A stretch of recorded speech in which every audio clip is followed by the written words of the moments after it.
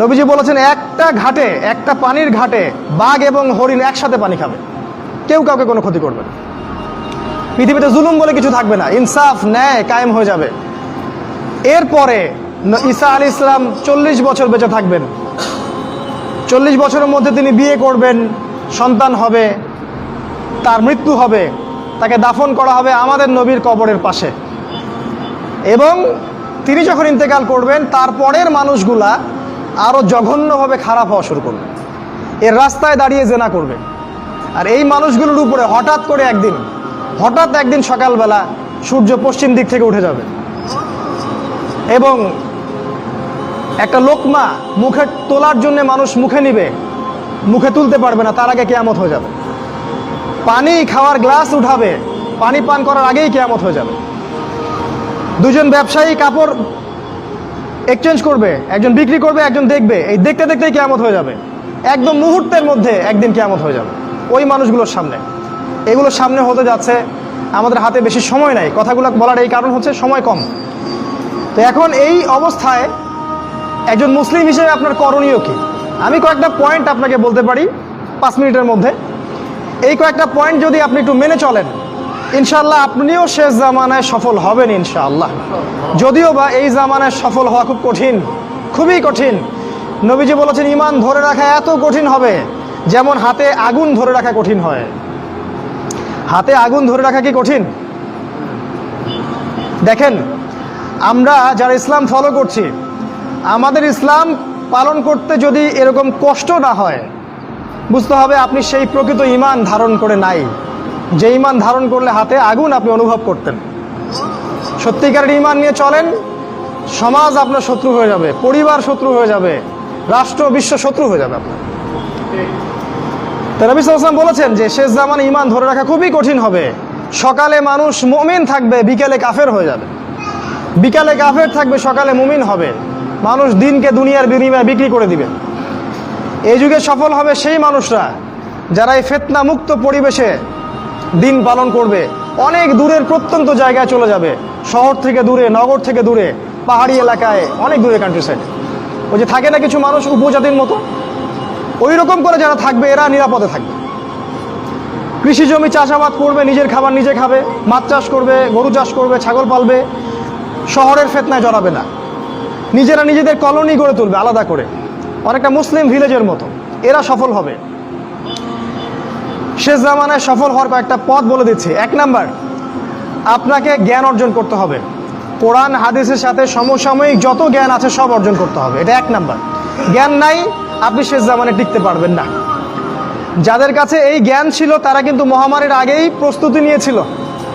আমি অনেক ওস্তাদকে চিনি, বাংলাদেশের আলেম, তারা এই 2020 সালের আগে হজ করে ফেলছে। তারা আগেই বুঝতে পারছে 20 সালে কিছু একটা হবে, 20 সালে পৃথিবীতে কিছু একটা হবে, তারা আগেই বুঝতে পারছে। কারণ শেষ জামানার পড়াশোনা করেছেন তারা, কার পর কি হতে যাচ্ছে এটা তারা বুঝতে পারছেন, অনুমান করতে পারছেন। তাই জ্ঞান ছাড়া আপনি শেষ জামানায় টিকতে পারবেন না ভাই।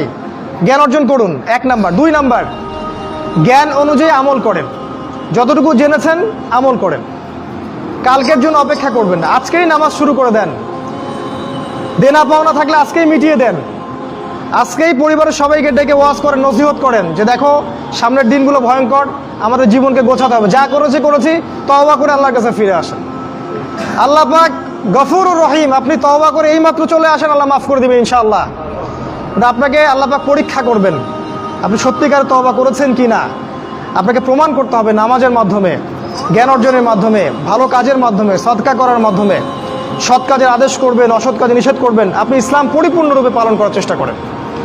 কোনো সরকার, কোনো সমাজ নেতা, কোনো রাষ্ট্রনেতা, কোনো পারিবারিক নেতা, কেউ আপনার সাথে আপনার কবরে যাবে না। সোজা কথা, আপনাকে আল্লাহর সামনে একাই দাঁড়াতে হবে। কারো পরোয়া করে লাভ নাই, কোনো অজুহাত দিয়েও লাভ নাই।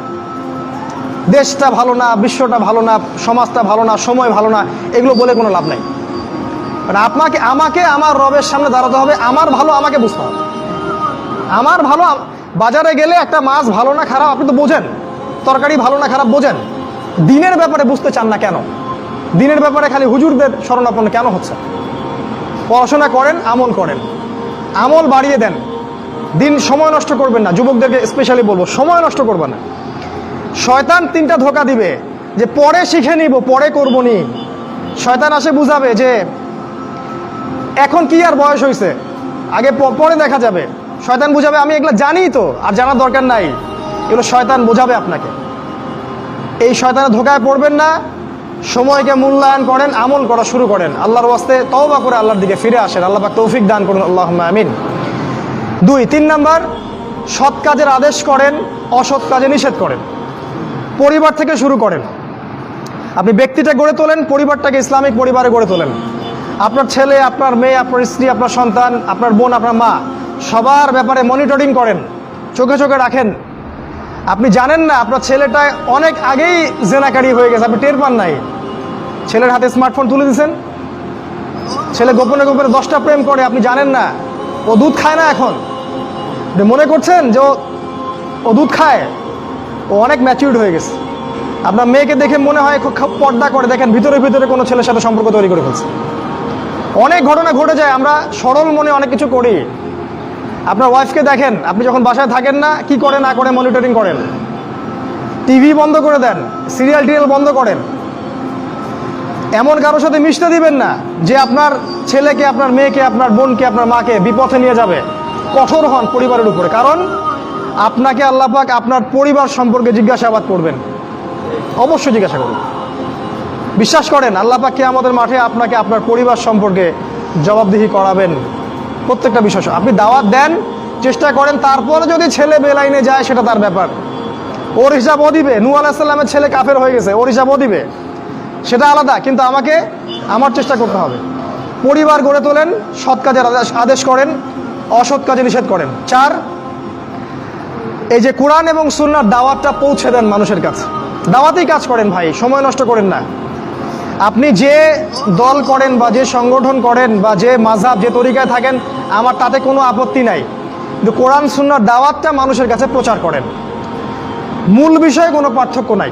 এই দাওয়াত দেওয়ার সময় সাম্প্রদায়িক হবেন না। সবাই আমার দলে আসো, আমার দলের ফরম পূরণ করো, না হলে দাওয়াত হচ্ছে না, এমন দাওয়াতের দরকার নেই। মানুষকে ইসলামের দাওয়াত দেন, আল্লাহর দিকে ডাকেন, কোরআনের দিকে ডাকেন, সুন্নাহর দিকে ডাকেন, দেখবেন সমাজে একটা সাম্য চলে আসবে ইনশাআল্লাহ। দাওয়াতি কাজ করেন, বেশি বেশি কোরআন সুন্নাহর দাওয়াতি কাজ করেন। 5 নাম্বার, অর্থ সম্পদ যা আছে এগুলোকে কাগজের টাকায় রেখে দিবেন না, আমার নসিহত। হয়তো বুঝতে পারছেন না, মাথার উপর দিয়ে যাচ্ছে কথা, কিন্তু পরে বুঝবেন। টাকা পয়সা যা আছে এগুলোকে ব্যাংকে কাগজের টাকার মধ্যে রেখে দিবেন না, কারণ কাগজের টাকা সামনে আর থাকবে না। লিখে রাখেন, কয়েক বছর পরে দেখতে পারবেন। সমস্ত টাকা হয়ে যাবে ইলেকট্রনিক, খালি পাঠাবেন। ইলেকট্রনিক মানে আপনি টাকা ধরতেও পারবেন না, পকেটে রাখতেও পারবেন না, খালি জানবেন আমার অ্যাকাউন্টে এত টাকা আছে। এই পুরো ব্যাংকিং সিস্টেমটা পড়ে যাবে, থাকবে না। বিশ্বাস না হলে লিখে রাখতে পারেন, এই পুরো ব্যাংকিং সিস্টেম পড়ে যাবে, কাগজের টাকা থাকবে না। কি করবেন তাহলে? আপনি আপনার সম্পদটাকে সোনায় রূপান্তর করেন, কিছু সোনা করে রাখেন, জমায় রাখেন, রূপায় কনভার্ট করেন। এগুলোর দাম কখনো কমবে না। 100 বছর পরেও সোনার দামই থাকবে। তো 10 বছর পর আপনার 10 লাখ টাকার মান 10 লাখ টাকা থাকবে না, দাম পড়ে যাবে, আপনি সম্পত্তি হারাবেন। এইভাবে তারা সারা বিশ্বকে লুট করছে, এই কাগজের টাকা দিয়ে তারা সারা বিশ্বকে লুট করছে।